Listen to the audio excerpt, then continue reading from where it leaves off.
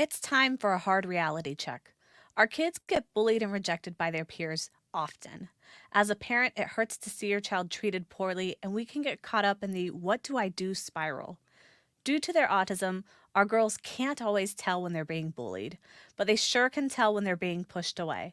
Today, we'll talk about the truth behind the impact of peer rejection and bullying of autistic children.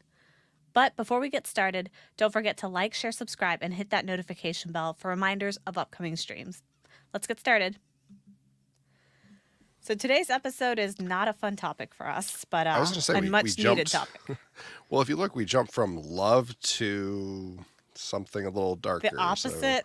a little bit less love, but I mean, still important. I mean, nonetheless. But yeah, definitely a little harder topic and a little bit more painful one that hits a little closer to home. So Yeah, we really felt led to have an episode about the topic of bullying, especially of autistic and special needs kids, particularly because this is something that impacted me growing up as a child, and I am now seeing repeated in my children's lives. I'm seeing very similar patterns of bullying behavior from peers.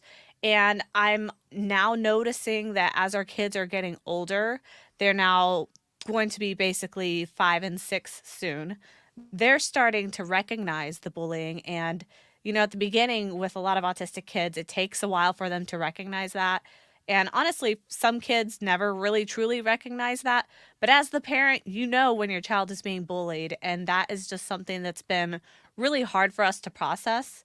So even in this episode itself, we are kind of going to give a little bit of like advice and suggestion. But since we are honestly in the midst of this, I think it'll also be partially kind of like just sharing our experience and what we're kind of feeling therapeutic, about it right now. maybe like a Kind little of, yeah. therapeutic too, like just talk it out. A venting session. Something like that. No, I mean, I'm kind of a tad surprised like we're already like encountering this as frequently as we are given the ages of our kids. So our oldest is 5, going to be 6 in a couple months, and our youngest is 4, about to be 5 in like a month or so. But we've already had like, what would you say, like 3 encounters within like less than, I Like don't three know, 8 months major or so. type of encounters. Yeah. Right. Like, I mean, we had one in like the summer last year, then like the winter, and then it honestly just happened again like a week ago. So, I mean, it seems like it's flaring up more often than I thought it would. I assumed like, okay, everyone kind of goes through bullying at some point in their life. It's just something like not everyone is as nice or friendly as you want to have them be, and sometimes they like are mean. And I assumed like, yeah, okay, we'll have to worry about that like in the older years, but like our kids are barely even school age and we're already kind of hitting the ground running in multiple occasions within less than a year. Yeah. So one of the instances that happened was over the summer, we brought our kids to kind of like this local beach type of area. And it was really fun for them because, for an autistic kiddo, having access to water and sand is like a sensory haven. So they were really having fun there. And I brought them, and there was obviously other families around with their children.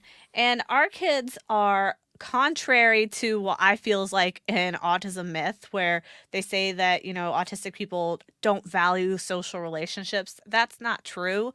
There's plenty of autistic people who do value social relationships. And our kids are definitely the type that are eager to have these social relationships. Like they want to play with their peers. They just don't necessarily know how, and they don't really understand how they come off to their peers.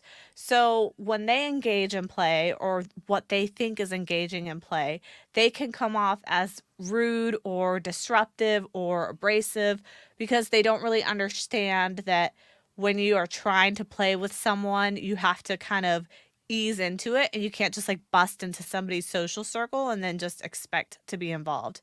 So when we were at the beach, that's what happened. There was some kids that were playing there, and our child tends to gravitate towards older kids, which is also very common in autistic kids. And that's something I did growing up too. I always gravitated to older kids and adults.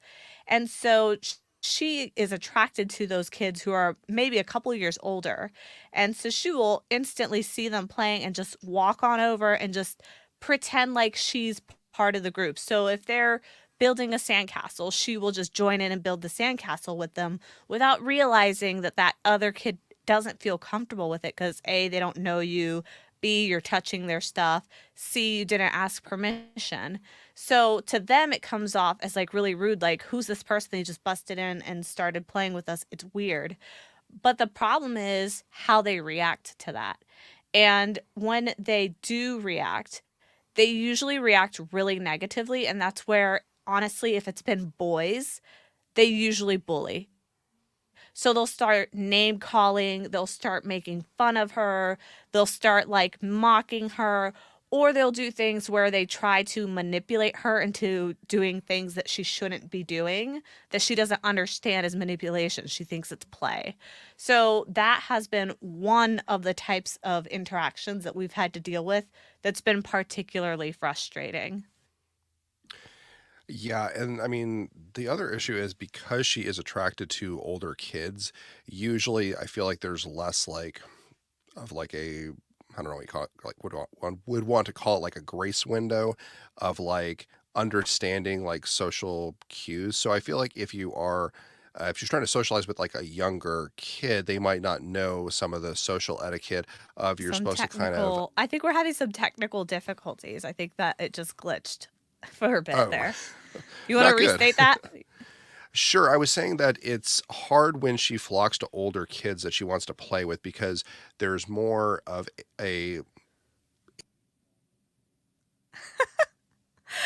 So it seems like our internet is struggling today. I'm not exactly sure why with the live stream, but it looks like Matt got kicked out. So I will just wait for him for a second and then we'll continue the conversation.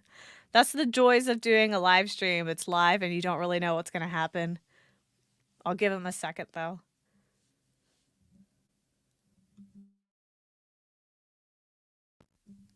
oh Heyo. my gosh.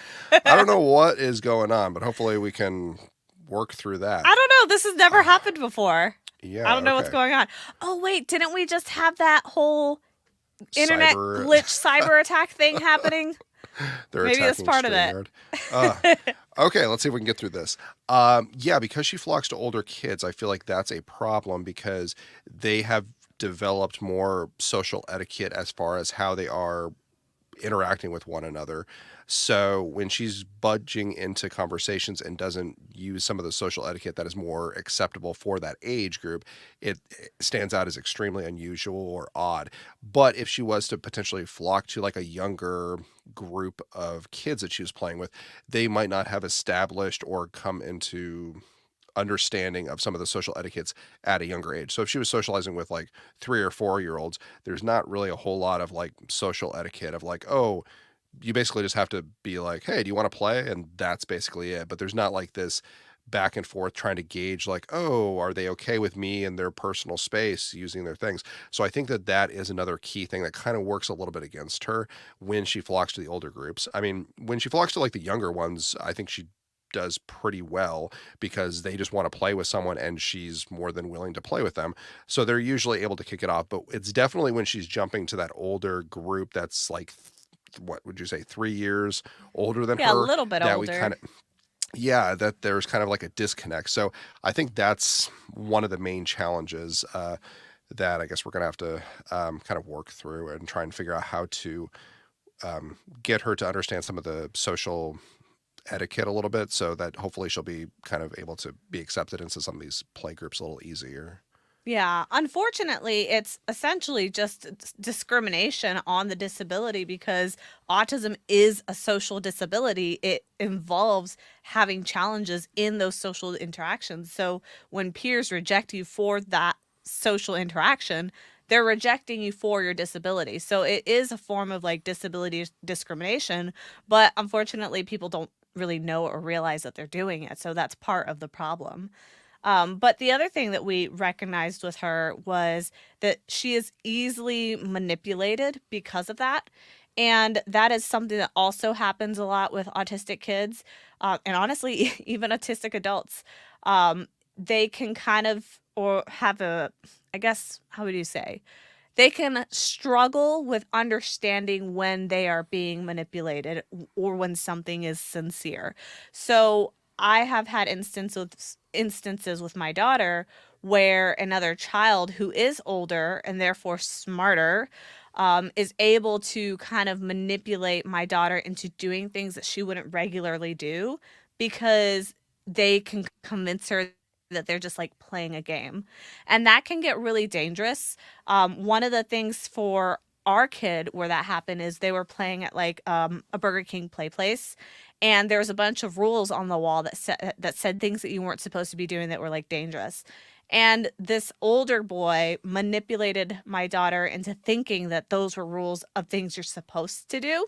And so he was telling her, oh, do this, do this, do that, and like reading off all the things that you're not supposed to do, and then telling her to do it. And then she was laughing and playing with him, supposedly, by breaking all those rules. And then, of course, if somebody gets in trouble, it's going to be her because she's the one breaking the rules, even though she doesn't understand she's being manipulated. So that was another instance where my mama bear came out, and I went and about chewed out that boy and went to his parents. I think you chewed out his parents. No, I went to the manager and I was like, "Yeah, this kid out here is breaking all your rules." And then she got a little like, or the manager got kind of like flustered, so she went back to talk to the parents to have them like watch the kids. And I'm like, I feel like it's easier for you to kind of jump in with the kids because it's like anytime it's like dad jumping in to like a younger like kids, I'm like, oh my Yeah, gosh, like doesn't how have do a you good look to it. and I was like, how do you navigate that? Like, I mean, boys, I guess, are like one thing because it can kind of be like more intimidation, like, hey, stay away from my daughter kind of thing. But like, I can't like say anything to like little girls that are like manipulating other than like, Yeah, be I could nice. see how And that that's would be about it. weird. Yeah. Right. So I feel like that is like tearing me apart because I'm like, I want to help, but also I don't want to end up on like the news or Yeah. something because of people But taking see, things the wrong way. I'm a 4'11" female and I'm heavily pregnant, so I can get away with it. Yeah, they'll probably think that you're probably one of the kids on the playground too. They'll be like, "Who is this girl?" I Yeah. mean, minus the Actually, the pregnancy. speaking of the playground, that was really the last straw for me, the reason why we decided to do this episode, because we brought our children to the playground, and this was what, last week? Maybe It was about a week? about a week ago. About a Yeah. week ago. And our kids love to go to the playground. And honestly, the primary reason they like to go to the playground is because there's other children there. And again, they seek that social interaction. Like they want to have friends. They just don't understand how to have friends, how to make friends. And it's hard. It's very hard on them. When I grew up, I had the exact same issue. And I always yearned to make friends. And I was also the kid who was alone in the playground, and I would just be like coming home crying, not understanding why I couldn't make friends. So when this started happening to my children, it really like hit home hard. So we brought her to the playground, and I had to basically witness firsthand this happening to my daughter. She was out there trying to play with her peers. She was trying to engage with the other kids that were there. She was try and play like the hide and seek or whatever it is that they were playing. And as she was doing that, I could see in real time her being rejected by the peers. So, one example was there was a group of girls.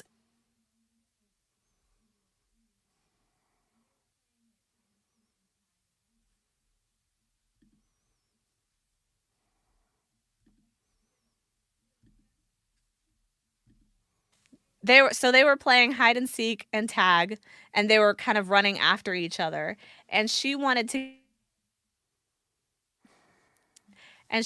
get involved and play with them. And so she started chasing after them, and immediately as she did that, the other kids started running away. Like they were actively trying to avoid her. They were actively ignoring her.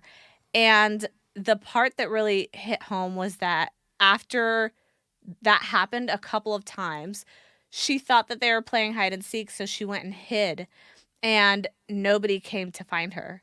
And when nobody came to find her, she noticed. And this was the first time I have ever seen her notice when she's being excluded. Before it was all fine and dandy because she didn't recognize that she was being ignored or bullied. But now she's reaching an age where she noticed. And when that happened, she came over to me. I was at a bench and she just started sobbing. And this is going to get me emotional. So I apologize because it just breaks my heart. It breaks my heart to see my child just absolutely hurt because these children reject them. And I can never get through this story without crying about it because our kids are so innocent and like they're so precious. And all they're trying to do is connect, you And just know? play. All they want to They're do is just play. All right. they're just trying to be kids. All right. And society is pushing back on that. And she sobbed and was saying, "Mommy, I have no friends." And when she said that, it just broke my heart. So that is why we're like, this has to be something we talk about because I know that there's parents out there who are feeling this too. And I know there's parents out there whose kids are struggling with this. And immediately, Mama Bear came out, and I was like, we need to do something about this. And so now we are trying to put together like an awareness campaign in our local community. I whipped up some t-shirt designs to do some like local awareness, and I'm trying to like get people to like expose themselves to autism in our county and just really understand what's going on because our kids are starting to notice, and that will have long-term consequences if it's not addressed. These kids will grow up with low self-esteem. They will grow up thinking that they're broken. They will grow up hurt and not understanding why why nobody wants to play with them. And I think that parents really need to start addressing this with their own kids, whether your kid is neurotypical or neurodivergent, but especially the parents of neurotypical kids. Teach your children that there are children out there who are different and that it's okay, and that if a kid is coming off rude or something like that, maybe approach them differently, maybe ask their parent, maybe have your parent talk to their parent, have some sort of introduction, some way to mitigate or try to mediate that connection or that relationship, because oftentimes our kids are getting bullied and rejected and it's not getting addressed by anybody. So that's kind of like my rant on that hill about it, but it's just been, I think, a big struggle for us.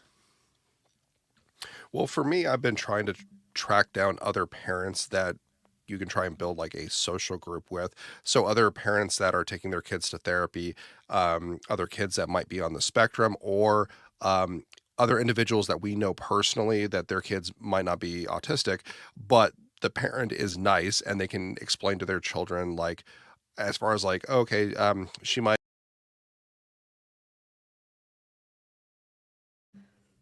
Sorry, we're still having internet issues.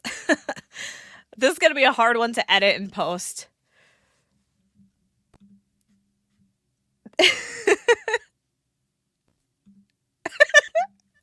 Okay, try again. Oh my gosh, what the heck is going on? I don't know. This has literally never happened before. I don't I know. understand what's going on. All right, we got this. We got this, gang. All right. I'm telling you, it's that cyber attack. I have no idea. It's so weird. Yeah, so I mean, I've been trying to be proactive in trying to find a social group for her. So at the therapy, I'm talking to other parents whose kids may or may not be on the spectrum, but they're getting therapy, so they have challenges that they're working through to try and overcome as well. Or just some parents that we personally know, and they have young kids. So I mean, obviously, we're friends with them, so they kind of understand the situation, and their kids are nice and pleasant children and not super mean or anything. So I've been trying to build like a small little social group of like potential friends for like my daughter, just judging by how she interacts with them at like therapy, for example. So we can set up play dates and go to the park. So then she can start to see like she does have friends. It's just you have to look a little harder for them. They might not be as easy to make as like just going to the park and just pointing at a kid and being like, I want to play with them. You have to kind of be a little bit more strategic of your selection. So I want to just kind of boost her confidence to show her like you do have people that want to play with you. It's just sometimes not the people at the park on that specific day. And hopefully from there she'll kind of get a little bit more self-confidence and kind of be not as like shaken to her core, that she feels like she doesn't have any friends when she goes out to play. Yeah. And one of the things that I want to kind of caution parents about is, as somebody who got a late diagnosis for both autism and ADHD, I was neurodivergent growing up and I didn't know it. But I certainly felt that exact same peer rejection and isolation. And I am telling you, it will take a toll on your child, and it does follow you through adulthood. Unfortunately, bullies are everywhere, and I've been bullied throughout my life, a lot in my childhood, but it didn't stop there. I was bullied for my disability in college, which is when I finally was able to get accommodations, but I was bullied at that time. I mean, to the point where they had me in tears and I had to like report things like it was bad. And I've been bullied for my disability in previous careers, like in previous jobs. So like the bullying and the discrimination unfortunately does not end as your child gets older. And so it's easy to think like, oh, they're just kids. They don't know what they're doing. When they're older, it's going to be easier. Unfortunately, that's just not the case. The bullying will be there all the way through adulthood. So the only thing that we can really do is try to instill as much of the skills as we can in our kids while they're young. But the other thing that we're trying to do is really reinforce the self esteem while they're young. So, another thing that we did is kind of immediately put our oldest into play therapy that is specifically for autistic kids to help her work through the emotions, since we know that she is now experiencing them. And we also make sure that we are talking to her at home and trying to build up her self-esteem and constantly reinforce that, you're great the way that you are, you're loved, those kids don't know what they're talking about, and just kind of always reinforcing the positivity. Because if we kind of ignore it and sweep it under the rug, if there's no counter voices, and there's no counter opposition to whatever these kids are telling them, that's going to become their inner voice in adulthood. And again, I say this through experience. So it's really important that we work to actively change what that inner voice is going to sound like for them. Yeah, and I mean, also hopefully get some, I mean, awareness to the parents of neurotypical kids as far as Neurodivergent. no The opposite. neurotypical. No, well, you want to get awareness to neurotypical kids' parents so they can tell their kids not to be like rude to other kids that I don't know might seem a little odd or unusual at playgrounds. So hopefully that they'll be a little bit nicer or give the kid the benefit of the doubt that, oh, okay, they didn't introduce themselves. Maybe I can ask, oh, what's your name? Instead of just like, oh, that's weird. Like, why didn't you introduce yourself when you want to play with me or something? So, I mean, also, I think spreading awareness would, I mean, be or go a long way because, I mean, is kind of the first step in getting to embracing autism, if I call out the name. Yeah. So those are a couple of things that we're trying to do. Again, this is like really fresh for us. Usually we don't like to talk about topics until we've come up with like a solution that's worked, and then we can give advice and suggestions. But I just felt like this one was so important, and it's so impactful to me and my child that I was like, you know what, we're going to just have to talk about this because I know that this is something other parents must be going through. And I figured, why not just get it off our chest and go ahead and talk about it and see if you guys can relate to this story.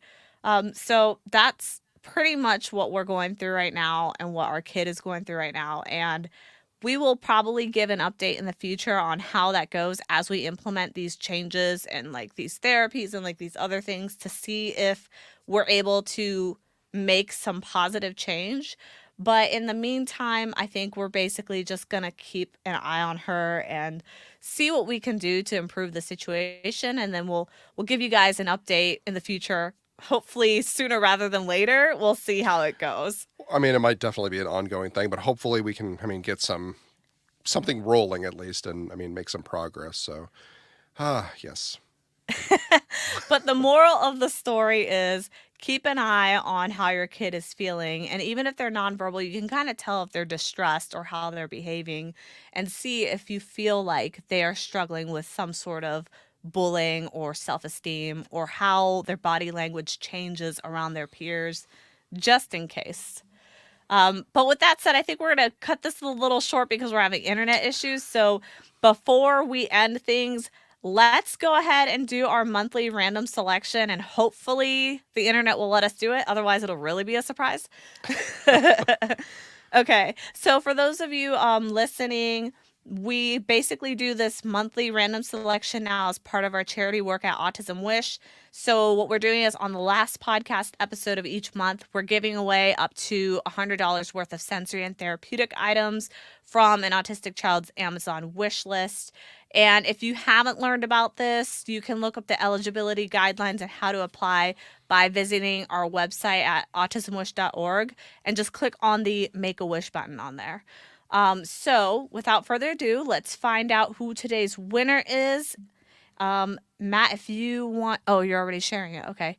Yeah, I So love for that those above of you me. on audio only, you can't see the wheel, but you'll hear it. All right, here we go.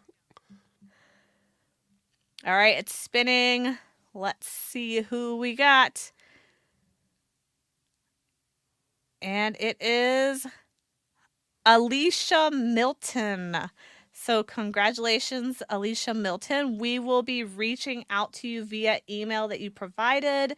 And if all looks good and you're available to claim it, we will be granting up to $100 worth of sensory and therapeutic items from your child's Amazon wish list. Oh, that's Oh, you? she's Hey, what are the chances? She's in the chat. well. The I didn't chances think are it was easily you because identifiable. you have a different name. Okay, perfect. So we will be sending you an email, and we will be granting some wishes there.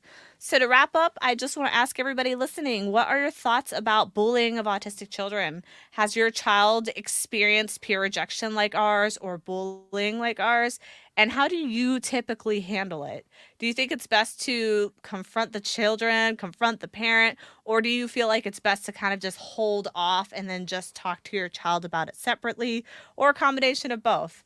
Let us know what you guys think by sharing your thoughts in the comments on both YouTube or Facebook at Autism Wish, or you can continue the conversation in our private community. Don't forget to become a member today at autismwish.org for exclusive access to our private Embracing Autism community.